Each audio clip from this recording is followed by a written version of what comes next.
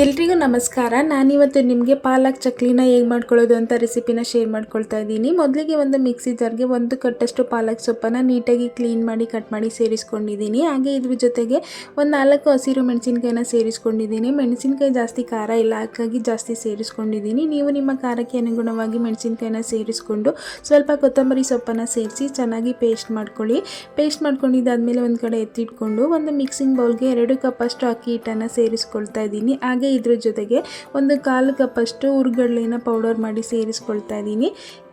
ಹಾಗೆಯೇ ಇದ್ರ ಜೊತೆಗೆ 1 ಟೀ ಸ್ಪೂನಷ್ಟು ಜೀರಿಗೆನ ಸೇರಿಸ್ಕೊಂಡು ರುಚಿಗೆ ತಕ್ಕಷ್ಟು ಉಪ್ಪನ್ನು ಕೂಡ ಸೇರಿಸ್ಕೊಂಡು ಒಂದ್ಸಲ ಚೆನ್ನಾಗಿ ಡ್ರೈ ಮಿಕ್ಸ್ ಮಾಡ್ಕೊಳ್ಳೋಣ.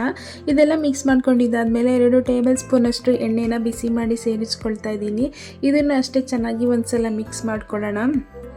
ಯಾರಾದರೂ ಹೊಸದಾಗಿ ನಮ್ಮ ವಿಡಿಯೋನ ನೋಡ್ತಾ ಇದ್ದರೆ ನಮ್ಮ ಚಾನಲ್ನ ಸಬ್ಸ್ಕ್ರೈಬ್ ಮಾಡಿಕೊಂಡು ಸಪೋರ್ಟ್ ಮಾಡಿ. ಇದೆಲ್ಲ ಚೆನ್ನಾಗಿ ಮಿಕ್ಸ್ ಮಾಡ್ಕೊಂಡಿದ್ದಾದಮೇಲೆ ನಾವು ಮೊದಲೇ ಗ್ರೈಂಡ್ ಮಾಡ್ಕೊಂಡಿರೋಂತಹ ಪಾಲಕ್ ಸೊಪ್ಪಿನ ಮಿಶ್ರಣನ ಸೇರಿಸ್ಕೊಂಡು ಈ ಹಿಟ್ಟನ್ನು ಚೆನ್ನಾಗಿ ಕಲಿಸ್ಕೊಳ್ಳೋಣ. ನೀರಿನ ಅವಶ್ಯಕತೆ ಇದ್ದರೆ ಸ್ವಲ್ಪನೇ ನೀರನ್ನು ಸೇರಿಸಿ ಹಿಟ್ಟನ್ನು ಚೆನ್ನಾಗಿ ಕಲಿಸ್ಕೊಳ್ಳೋಣ. ತುಂಬಾ ಟೇಸ್ಟಿಯಾಗಿರುತ್ತೆ ಈ ಚಕ್ಲಿ. ಒಂದ್ಸಲ ಟ್ರೈ ಮಾಡಿ ನೋಡಿ. ನೀವು ನೋಡ್ತಾ ಇರ್ಬೋದು ನಾನು ಈ ರೀತಿಯಾಗಿ ಕಲಿಸ್ಕೊಂಡಿದ್ದೀನಿ. ಕಲಿಸ್ಕೊಂಡಿದ್ದೆಲ್ಲ ಆದಮೇಲೆ ಚಕ್ಲಿ ಮೌಲ್ಗೆ ಸ್ವಲ್ಪ ಆಯಿಲ್ನ ಸ್ಪ್ರೆಡ್ ಮಾಡಿಕೊಂಡು ನಾವು ರೆಡಿ ಮಾಡಿ ಇಟ್ಕೊಂಡಿರೋಂಥ ಹಿಟ್ಟನ್ನು ಅದರಲ್ಲಿ ಫಿಲ್ ಮಾಡ್ಕೊಳ್ಳೋಣ. ಹಿಟ್ಟನ್ನೆಲ್ಲ ನೀಟಾಗಿ ಫಿಲ್ ಮಾಡ್ಕೊಂಡಿದ್ದು ಆದಮೇಲೆ ನಾವು ಚಕ್ಲಿಗಳನ್ನ ರೆಡಿ ಮಾಡ್ಕೊಳ್ಳೋಣ.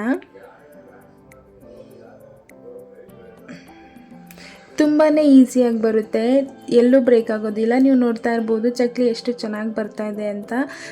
ಈಸಿಯಾಗಿ ಯಾರು ಬೇಕಾದ್ರೂ ಮಾಡ್ಕೊಳ್ಬೋದು. ತುಂಬಾ ಚೆನ್ನಾಗಿ ಬರುತ್ತೆ ಈ ರೆಸಿಪಿ. ಒಂದ್ಸಲ ಟ್ರೈ ಮಾಡಿ ನೋಡಿ. ಈ ರೀತಿ ಎಲ್ಲ ಚಕ್ಲಿಗಳನ್ನೂ ರೆಡಿ ಮಾಡಿ ಇಟ್ಕೊಂಡಿದ್ದಾದಮೇಲೆ ಎಣ್ಣೆನ ಕಾಯೋದಕ್ಕೆ ಇಟ್ಕೊಂಡು ಆಯಿಲ್ ಬಿಸಿಯಾಗಿದ್ದಾದಮೇಲೆ ನಾವು ರೆಡಿ ಮಾಡಿ ಇಟ್ಕೊಂಡಿರೋಂಥ ಚಕ್ಲಿನ ಅದರಲ್ಲಿ ಹಾಕಿ ನೀಟಾಗಿ ಫ್ರೈ ಮಾಡ್ಕೊಳ್ಬೇಕಾಗುತ್ತೆ.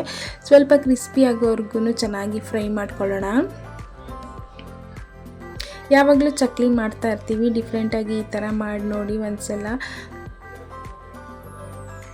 ಟೀ ಟೈಮ್ ಸ್ನ್ಯಾಕ್ಸ್ಗೆಲ್ಲ ತುಂಬಾ ಚೆನ್ನಾಗಿರುತ್ತೆ ರೆಸಿಪಿ. ನೀವು ನೋಡ್ತಾ ಇರ್ಬೋದು ಚಕ್ಲಿ ಎಲ್ಲ ತುಂಬಾ ಚೆನ್ನಾಗಿ ಫ್ರೈ ಆಗ್ತಾ ಇದೆ. ಈಗೆಲ್ಲ ಚೆನ್ನಾಗಿ ಫ್ರೈ ಆಗಿದ್ದಾದಮೇಲೆ ಒಂದು ಪ್ಲೇಟಲ್ಲಿ ಎತ್ತಿಟ್ಕೊಳ್ಳೋಣ. ಇದೇ ರೀತಿ ಮಿಕ್ಕಿರೋಂಥ ಚಕ್ಲಿಗಳನ್ನ ಫ್ರೈ ಮಾಡ್ಕೊಳ್ಳೋಣ. ಈ ಸಿಂಪಲ್ ಸ್ನ್ಯಾಕ್ಸ್ ರೆಸಿಪಿ ಪಾಲಕ್ ಚಕ್ಲಿ ರೆಸಿಪಿ ನಿಮಗೆ ಸ್ವಲ್ಪನಾದರೂ ಇಷ್ಟ ಆಗಿದ್ರೆ ಲೈಕ್ ಮಾಡಿ, ಶೇರ್ ಮಾಡಿ, ಕಮೆಂಟ್ ಮಾಡಿ. ನಮ್ಮ ಚಾನಲ್ನ ಸಬ್ಸ್ಕ್ರೈಬ್ ಮಾಡಿಕೊಂಡು ಸಪೋರ್ಟ್ ಮಾಡೋದನ್ನು ಮರಿಬೇಡಿ. Thanks for watching.